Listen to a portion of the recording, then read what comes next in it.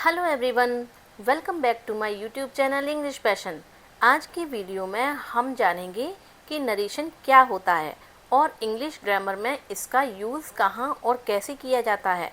बहुत सारे students direct और इनडायरेक्ट स्पीच को डिफ़िकल्ट समझते हैं, लेकिन अगर नरेशन का बेसिक कॉन्सेप्ट क्लियर हो जाए तो ये टॉपिक बहुत ही ईजी लगने लगता है।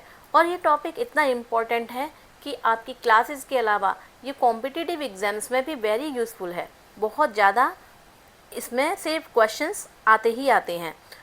तो इस वीडियो में हम सिंपल लैंग्वेज और इजी एग्जाम्पल के थ्रू नरेशन को समझेंगे।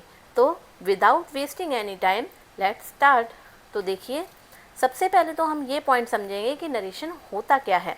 देखिए, जैसे मैं आपसे बात कर रही हूँ, आप या फिर आप किसी से बात कर रहे हैं। मैंने आपसे बोला कि आप पढ़ रहे हैं।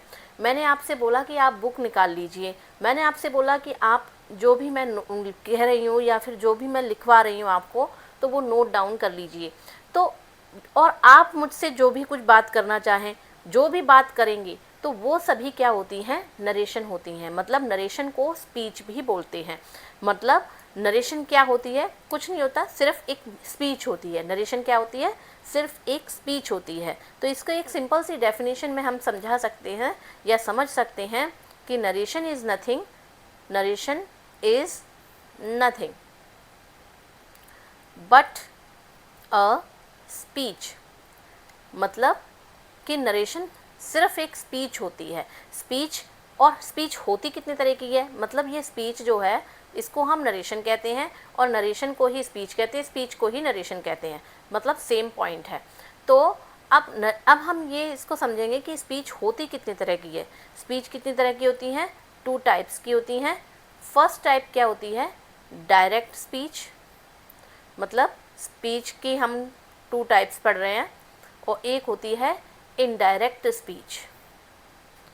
मतलब 2 तरह की स्पीच होती है, मतलब 2 तरह के नरेशंस होते हैं, direct speech and indirect speech. मतलब direct narration and indirect narration. तो अब सबसे पहले तो यही नहीं पॉइंट समझ में आता कि डायरेक्ट स्पीच कौन सी होती है, तो इनडायरेक्ट स्पीच कौन सी होती है। तो उसको हम एक एग्जाम्पल के साथ समझते हैं। देखिए, यहाँ पर हैं 2 पर्सन्स खड़े हुए हैं। ये देखिए, मैंने बनाए हैं 2 पर्सन्स। अब ये आपस में बात कर रहे हैं। एक का नाम है ए और एक का नाम है बी। ये दोनों आपस में बात कर रहे हैं।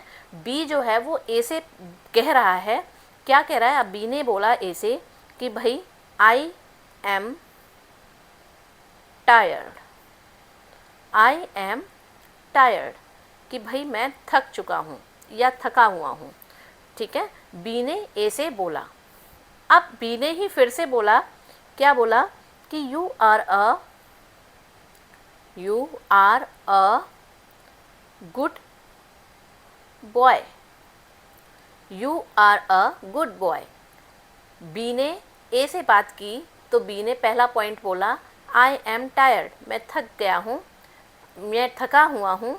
या फिर बी ने दोबारा से एक बार फिर से पॉइंट मतलब बोला you are a good boy, कि भाई आप एक अच्छे लड़के हो। मतलब बी जो है, एक तो पॉइंट उसने बोला कि भाई मैं थका हुआ हूँ, और फिर दूसरी बार उसने बोला ए से कि आप बहुत अच्छे लड़के हैं। ठीक है, आप उसके बाद अब ये दोनों तो आपस में बात कर रहे हैं। अब यहाँ पर एक थर्ड पर्सन खड़ा है, थर्ड पर्सन खड़ा है और वो ये देख रहा है कि ये दोनों आपस में बात कर रहे हैं। तो अब इसके मतलब ये सुन नहीं पा रहा है कि भाई इन दोनों में आपस में चर्चा क्या हो रही है। तो ध्यान से सुन रहा है लेकिन सुन नहीं पा रहा। अब क्या होता है कि ये तो अपनी बात बोल करके चला गया, बी जो है वो तो अपना चला गया कह करके, ये जो पॉइंट्स उसने बोले थे ना, तो ये जो पॉइंट्स बोल करके वो चला गया ए से। लेकिन ये जो है ना, इसका नाम है सी। तो ये जो सी है ना, वो ए का फ्रेंड है। लेकिन अब ये सोच रहा है कि भाई मेरे बारे में कुछ बात हो रही ज़रूर, मैं तो पूछ के ही रहूँगा।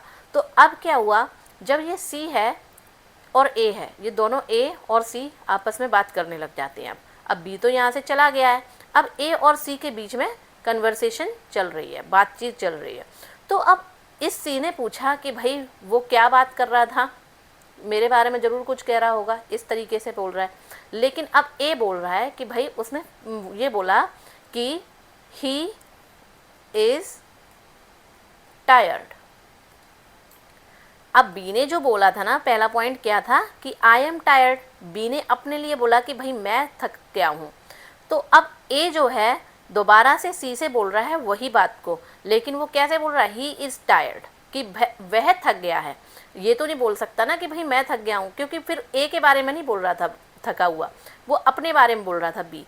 तो अगर वो आई लगा देगा फिर से यहाँ पर, तो इसका मतलब समझ में आएगा कि भाई ए है, ए के बारे में बात हो रही है, लेकिन ए के बारे में बात हो ही नहीं रही, बी के बारे में बताया जा रहा है कि जो बी है वो थक गया है। तो जब वह बताना है हमें तो ही लगाया, मतलब आई से ही बनाया, ठीक है, ही इज़ टायर्ड, इस तरीके से बोला गया। अब उसने दूसरा पॉइंट बताया, उसने दूसरा पॉइंट क्या बोला है, अब ए कह रहा है सी से कि भाई एक बात और कह रहा था वो, कि ये बोल रहा था कि I am a good boy, I am a good boy, ये बात और कह रहा था कि भाई मैं एक अच्छा लड़का हूँ। अब यहाँ पर अगर ये ए जो था वो यू बोल देता तो मतलब सी समझ लेता कि भाई सी अच्छा लड़का है, ऐसा तो है नहीं है। लेकिन पॉइंट किसको बोला गया, अच्छा लड़का किसको बोला गया, ए को। इसने बी ने बोला था कि you are a good boy, लेकिन इस ए ने आकर के अब सी से बोला, सी से दोबारा से you are a good boy नहीं बोला है, ए ने बोला सी से जाकर के कि भाई कह रहा था कि I am a good boy. तो इस तरीके से यहाँ पर प्रोनाउन कन्वर्ट हो गए। तो अब यहाँ पर दे देखिए, जो बी ने पहली बार बोली थी यहाँ पर lines, I am tired and you are a good boy, तो ये क्या थी, डायरेक्ट स्पीच थी। ये क्या थी, डायरेक्ट स्पीच। मतलब डायरेक्ट स्पीच क्या होती हैं, जो फर्स्ट टाइम बोली जाती हैं। तो क्या होती हैं, जो which is spoken at the first time. मतलब डायरेक्ट स्पीच कौन सी होती है, जो पहली बार बोली जाती हैं। अब इसमें बी ने जो था पॉइंट्स जो बोले थे, ये फर्स्ट टाइम बोले थे कि भाई I am tired and you are a good boy, तो ये पहली बार बोले गए। लेकिन इसी बात को रिपीट किया गया सेकंड टाइम, दूसरे पर्सन से जाकर के बोला गया, ठीक है। तो वो क्या हो गई, इनडायरेक्ट स्पीच हो गई। ये वाली जो थी, जो सेकंड टाइम बोली गई और थर्ड पर्सन से, किसी और व्यक्ति से जाकर के बोला गया, तो ये क्या हो गई, इनडायरेक्ट स्पीच हो गई। स्पीच मीन्स यहाँ हम लिख सकते हैं कि indirect speech which is spoken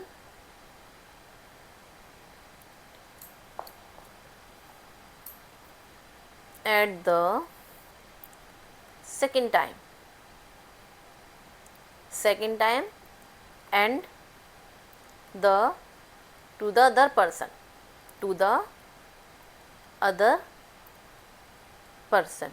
मतलब अदर पर्सन मतलब थर्ड पर्सन। ये तो था जिसने बोला, ये था फर्स्ट पर्सन, जिसने बोली ये बात फर्स्ट टाइम, तो ये थी फर्स्ट पर्सन। जिसने सुनी उसी वक्त, तो ये था सेकंड पर्सन। जब भी कभी भी कन्वर्सेशन होती है तो first person and second person तो ऑलमोस्ट होना ज़रूरी है। अगर ये दोनों ही नहीं होंगे तो कन्वर्सेशन स्टार्ट ही नहीं हो सकती है। फर्स्ट पर्सन होना ज़रूरी है, मतलब आई से रिलेटेड जितने भी होते हैं वो सभी फर्स्ट पर्सन होते हैं। सेकंड पर्सन यू, मतलब यू से रिलेटेड मतलब यू ही रहता है, तो आई और यू का होना बहुत ज़रूरी है, first person and second person. तो उसके बाद इन दोनों में जो बातें होती हैं first person and second person में, तो वो होती हैं डायरेक्ट स्पीच। लेकिन अगर इन्हीं बातों को जो फर्स्ट पर्सन ने बोला है, उस बात को दोबारा से सेकंड पर्सन के द्वारा थर्ड पर्सन को, किसी थर्ड पर्सन को सुनाया जाता है या बताई जाती है, तो वो क्या हो जाती है, इनडायरेक्ट स्पीच। तो स्टूडेंट्स, आप सबने आज जो आप सबने ये नरेशन का जो कॉन्सेप्ट था वो अच्छे से समझा होगा। आपको पता भी चल गया होगा कि नरेशन क्या होता है और डायरेक्ट और इनडायरेक्ट में डिफरेंस क्या होता है, ये भी समझ में आया होगा। अगर वीडियो ज़रा भी आपको हेल्पफुल लगी हो तो लाइक कीजिएगा, चैनल को सब्सक्राइब कीजिएगा और वीडियो को शेयर ज़रूर कीजिएगा। और अगर आपको कोई और टॉपिक पर वीडियो चाहिए तो आप कमेंट में बता सकते हैं, मैं उस पर ज़रूर वीडियो बनाने की कोशिश करूँगी। Thanks for watching, see you in the next video.